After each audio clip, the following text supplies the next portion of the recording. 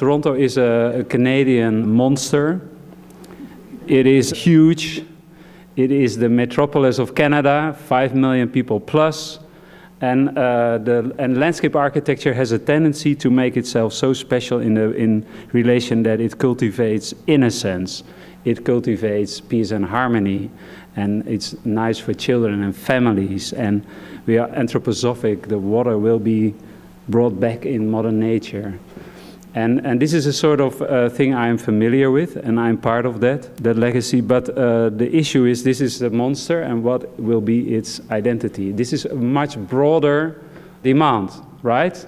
And then, of course, we will bring the water back in modern nature, and we will do that. So this is, I think, and what could be that? And that is, I don't know the answer, but that's, I think, my first contribution for today. Flying over Toronto, it is exactly what you think it is. It is a grey city. The winter never stops. Women are waiting for spring, and spring never arrives before today.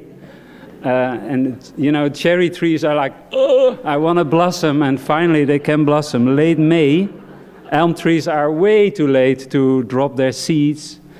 And this is Toronto. Harsh winter, wind-swept. And it is a pretty spectacular skyline, but it is, you know, these are fundamental things. And most part of city, and this is changing rapidly because Canada and especially Toronto is in a renaissance, are urban canyons. Look at this is Queen's Quay as it was a few years ago. And, you know, the streetscape has this kind of detailing. And you could say, where is the sidewalk? Well, you're silly. There is no sidewalk. It is very, you know, I'm from Rotterdam, which is even worse than Toronto, and I love it. With a stick, you cannot hit me out of Rotterdam, and I love it. And the moon flies over, and the tidal river is there, and I feel home, but not because, but more despite. So what could be the identity for Toronto? And I think this is a very fundamental question, and that is what brings us here. Except for love and desire and watching girls be happy in springtime, colonizing streetscape, because this is what you have to celebrate. So there's two theses. I think there's the ravines and the water's edge, the Great Lake. That's it. So can we cultivate it? Now, and I think that is a very simple paradigm. Wouldn't it be nice if the all-Canadian Lakeshore identity shamelessly would be brought into the downtown mental paradigm of Toronto? So, and I literally mean it, like tall trees, the porch, the tire on the edge, the jetty, the boat, the kayak, you know, the glass of wine, you know, the very simple things of life we all cultivate and love so much in Canada. So I think when that will be brought to Toronto, we are all set. That's it. Now, I was asked by Marlboro to be... I'm sorry. For their advertisement in 2007... I'm born on the water in the Netherlands, and I thought, you know, no horse for me. I proposed kayak and canoe. They agreed, and they sponsored my trip to Canada. I was in horrible clothing, so Marlboro asked me to wear a more hip shirt, not comb my hair, and there it was, the shot. So this brought, I'm joking about it, but Tommy Thompson, the legacy of Canada, you have to take this serious. Don't take it for granted. And implement this in your town. This is what I think fundamentally.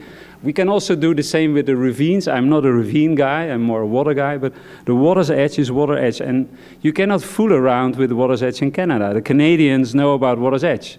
If you make a Barcelonian or a Copacabana like a water's edge, they laugh about you. Come on, you haven't seen the lakes. You haven't understand. Like in Finland, they could probably claim water's edge knowledge, but Canada is certainly on that level.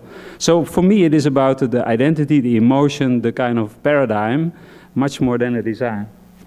This is not so far away from, let's say, a kind of political and scientific attempt to clean the Don and to have a beautiful fresh water Toronto in a lake. So there is serious investment and research. And look at the pike. This is a healthy one. It can swallow a duck in half a second. And that is because, and this is the predator of an ecosystem of fresh water, which explains that there is really fresh water. Because if the predator is there, all of the ecosystem is purified. So we thought these things, you know, to be Canadian, the identity of this beautiful country, all these things work together, and I think that is a great paradigm. So I think the identity issue is very relevant in your question. The second thing is also very Canadian. Canada is such a lovely country. It is in between Europe and the United States. That's why I very much like Canada. I have really complex thing. For me, it's so complex to understand the United States. But Canada is, let's say, halfway, and we understand that from Europe because, and Canada has a sort of remarkable sensibility for democracy, which is, I say this is very tricky with you in the audience, which is very complex on the level of leadership. So democracy this and leadership is that, because you have to compromise. So, and if a leader stands up, the immediate Canadians say, well, come on, we are not waiting for Napoleon, go away. So the leadership issue is very complicated. And I think we should not take for granted that in the, let's say, renaissance of the city, there is a need for leadership. It's not about design. Design is the easy thing, or the silly thing, or the unnecessary thing. It is about the leadership. And to have leadership in a country which is so horizontally organized on a democratic level is super complex, super complex. And these leaders, even if they stand up, they are killed immediately. They risk their life. You know, Mayor Miller was sent home for strikes on garbage. You know, like he was busy with a big mission, and then bang, out of job. And that is Canada, and it's not sad. That's the reality. So the leadership issue.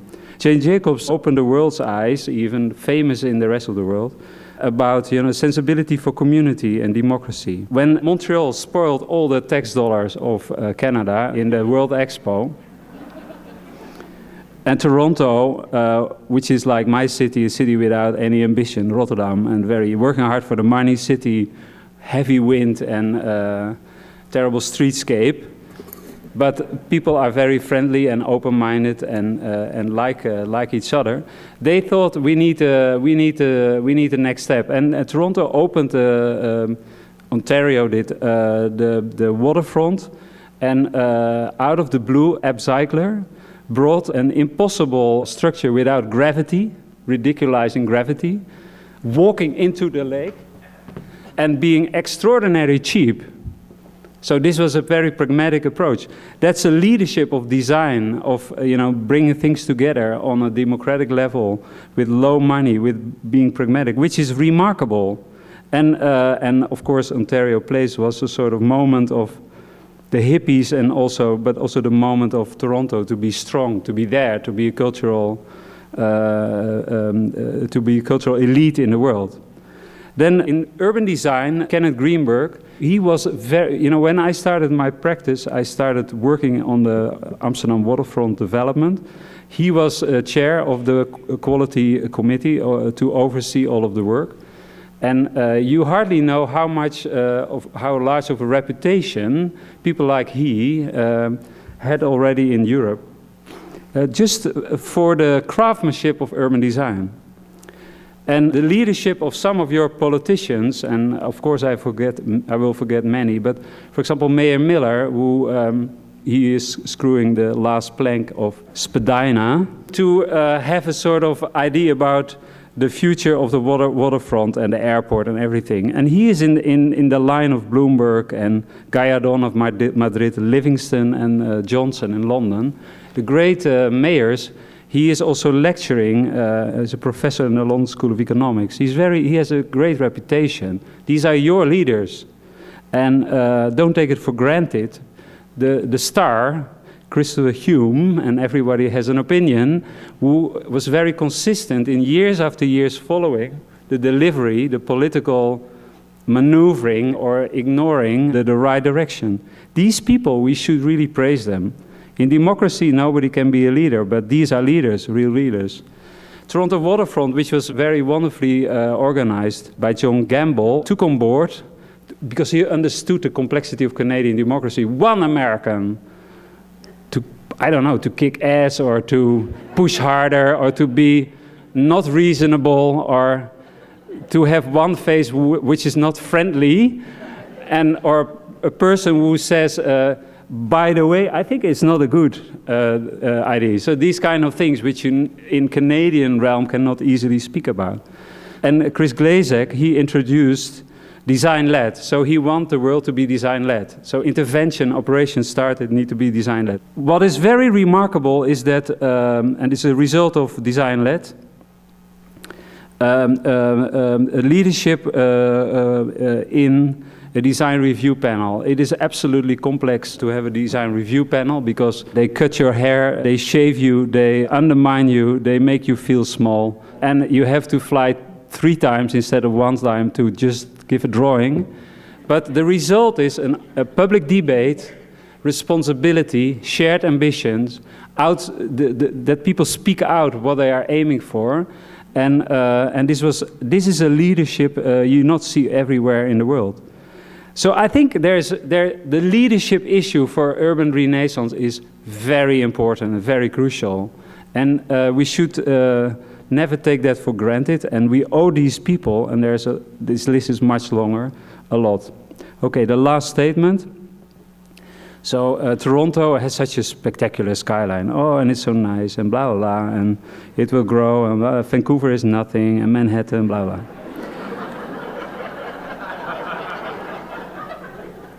As a matter of fact, and this is what I believe, to have this work efficient as a city, it needs very human public spaces. It's all explained already by all the leaders I took in this show. Public space means sidewalks, curbstone, that people understand the streetscape, that you can bicycle, that you can even come with your family. And this is not so simple in Canada because it's so car obsessed. So I think also the waterfront. We are getting there, but let's say to be responsible for sharing. So we should not be in this kind of metropolis, boutique city, water's edge.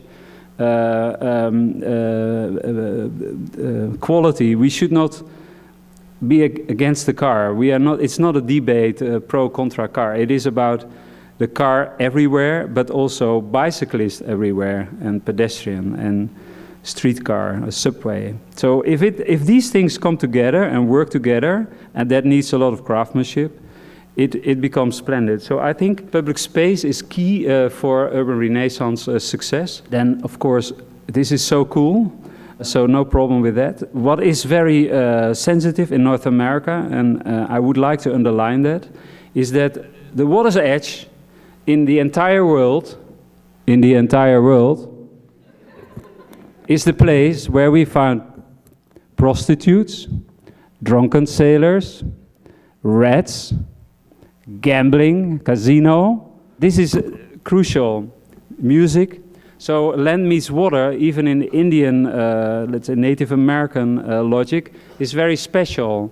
So water's edge cannot be programmed with skyscrapers and condo towers. That is complete failure. That looks fancy on your postcard, but it is absolutely a no-go area. So Toronto does have, from day one, a very interesting cultural agenda in the center of the waterfront at Simcoe.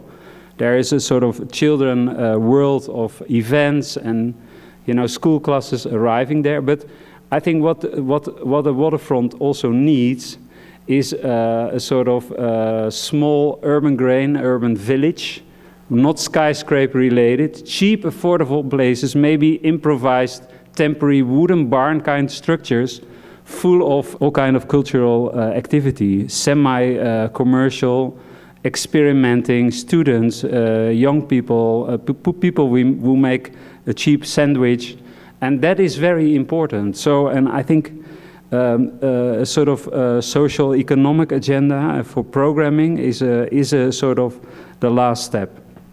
So I thank you for your attention.